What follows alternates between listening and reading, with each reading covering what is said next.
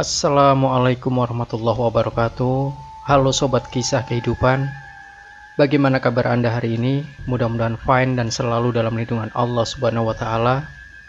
Senang sekali kami bisa kembali hadir menjumpai Anda, dan untuk kesempatan kali ini kami akan berbagi satu kisah nyata horor yang berjudul Matinya Dukun Santet.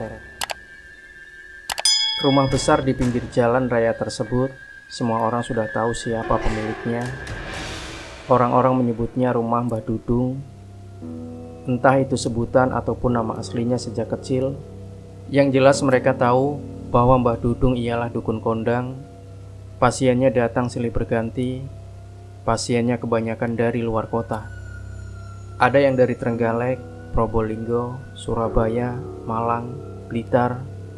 Bahkan ada juga dari Kajarta dan luar Pulau Jawa ada yang datang meminta bantuan Mbah Dudung.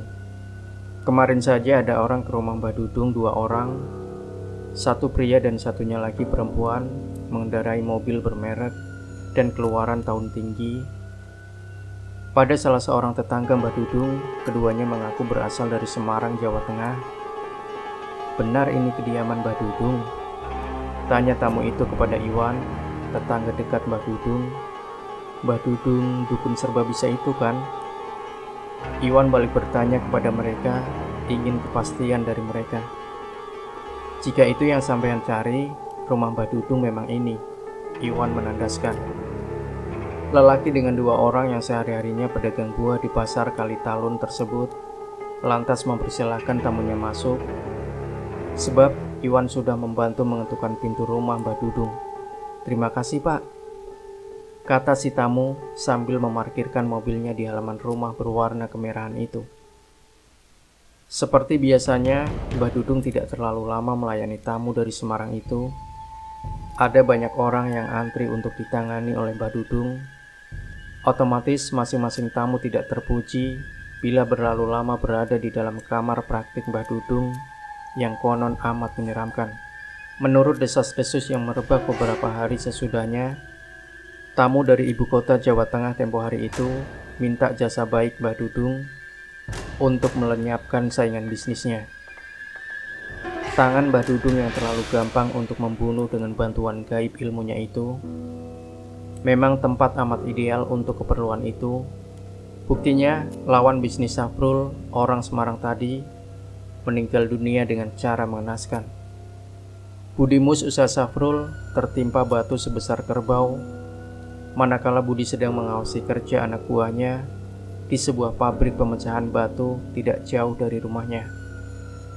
Sudah puluhan tahun Mbah Dudung memang terkenal menjadi dukun tenung, profesi yang digelutinya secara turun-temurun.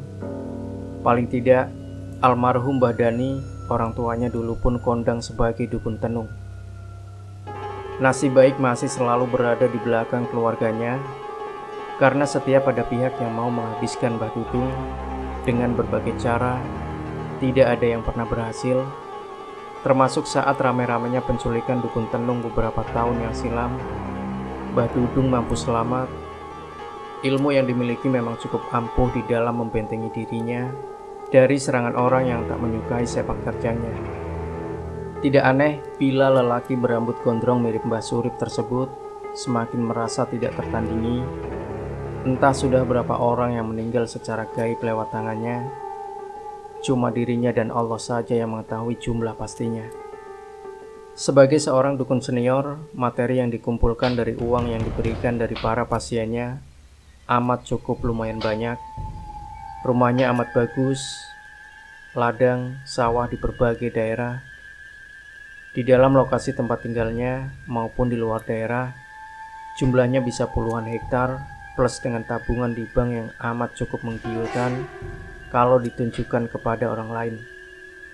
Pekerjaan Mbah Dudung yang lain ialah tukang servis dan pendongkrak daya tarik bagi para perempuan nakal. Bila seorang perempuan yang terjun di dunia kelam sudah kurang diminati tamu langganan, serta dia datang ke tempat praktik Mbah Dudung, dijamin beberapa hari kemudian perempuan itu pasti kebanjiran orderan. Tubuh perempuan tersebut yang sebelumnya kusam dan tidak mendatangkan selera bisa kelihatan bahenol, sintal, cantik, serta amat mengundang birahi. Langganannya kembali datang, uang mengalir lagi. Aliran dana itu sebagian tentunya mengarah ke rumah Mbah Dudung sebagai balas budi.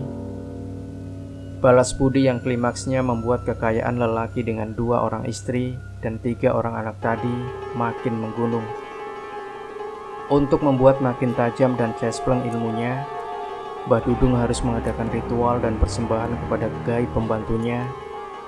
Di antaranya ritual tadi ialah meminum darah binatang, utamanya ayam berbulu hitam, berkulit legam. Orang kerap menyebutnya dengan ayam cemani. Darah ayam model inilah yang pada saat-saat tertentu harus diminum olehnya.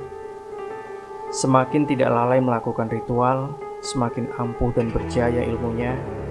Ini dipercaya betul oleh Mbah Dudung selama ini. Manusia bagaimanapun ada kalanya di atas, ada saatnya di bawah. Keinginan dan harapan bisa melaju terus tanpa batas. Akan tetapi, umur tidak akan bisa dibendung. Dari muda menjadi tua, tidak bisa dihindari. Demikian juga yang dialami oleh Mbah Dudung. Tanpa disadari, dia telah makin tidak lincah gerak tangan. Hentakan kaki dan desah nafasnya juga sudah tidak berirama sempurna lagi. Bila saya berjalan lebih jauh lagi, rasanya seperti mau berhenti nafas ini, keluh Mbah Dudung suatu ketika kepada seorang istrinya. Wajar, usia bapak kan sudah lebih dari 70 tahun, kata si istri yang bernama Wakiem itu. Saya berencana untuk tidak memforsir diri lagi dalam bekerja, ucapnya dengan wajah kusut masai. Terus ilmu bapak mau dikemanakan? Tanya Wakiem sambil duduk berjajar dengan suaminya di bawah rindangnya pohon trembesi tidak jauh dari rumahnya. Saya sudah berusaha untuk sedikit demi sedikit membuang pengaruh ilmu itu dengan mantra-mantra yang sudah saya hafal. Hasilnya bagaimana, Pak? Karena saya mempunyai banyak ilmu, perlu waktu lama untuk membuangnya satu persatu. Tidak ada yang diwariskan, Pak. Anak-anak kita tidak ada yang berminat, ucap Mbah Dudung setengah mengeluh. Kepada orang lain, bagaimana, Pak? Sampai saat ini masih belum pernah saya lihat orang datang kemari untuk keperluan itu. Terus, ya sudahlah, ini risiko kita, Wakiem. Mbah Dudung memandang ke alam lepas, alam yang di atas sana bergulung-gulung awan kelabu, bahkan berubah menghitam, pertanda hujan akan segera mengguyur Mayapada. Beberapa hari kemudian, Mbah Dudung jatuh sakit. Awalnya cuma pusing-pusing biasa. Realitanya rasa pusing ini semakin parah, serta berganti dengan munculnya bintik-bintik merah hampir di sekujur tubuhnya.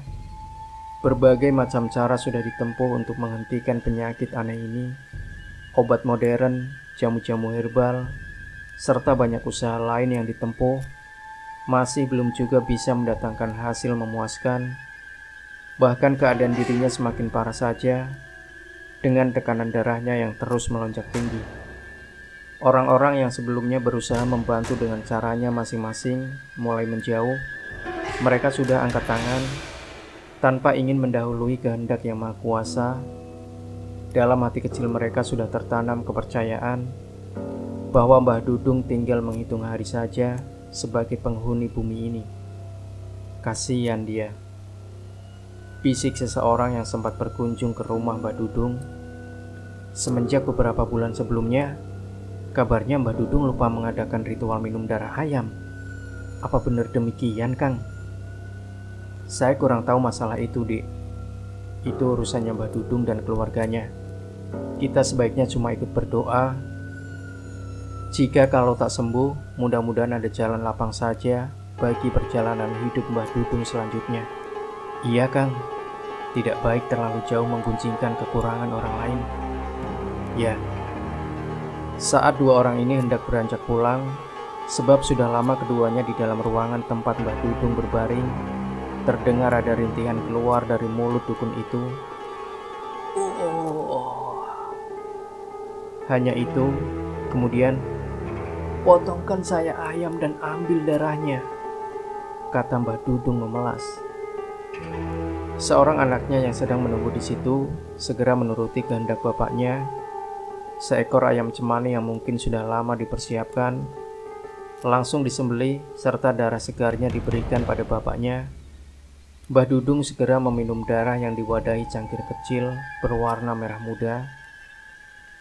Baru saja beberapa tetes darah masuk ke rongga mulut, Mbah Dudung menyemprotkan kembali darah itu keluar.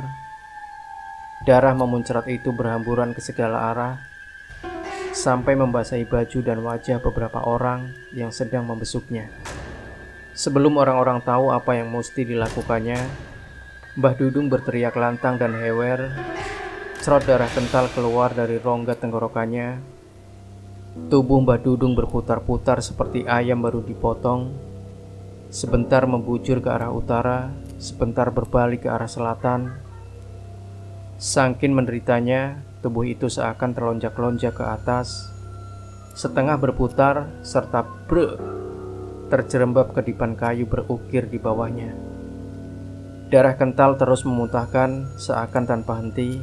Semprotan darah ada di mana-mana, di ranjang, selimut, sekujur tubuh Mbah Dudung dan lantai di bawahnya. Ada berliter-liter darah mungkin sudah terkuras dari tubuh Mbah Dudung. Tidak perlu hitungan 3 detik selanjutnya, tubuh Mbah Dudung tersebut sudah kehabisan darah. Mereka yang duduk di kanan kiri ranjang cuma melongo keheranan. Mbah Dudung sudah tiada. Dia meninggal dalam kondisi yang tersiksa dan amat mengenaskan. Demikian sobat kisah kehidupan, sebuah kisah nyata misteri matinya sang dukun santet. Jangan lupa berikan komentar Anda, like, share video ini, subscribe channel kisah kehidupan, dan kembali nantikan kisah-kisah terbaru dari kami setiap harinya. Sampai jumpa. Wassalamualaikum warahmatullahi wabarakatuh.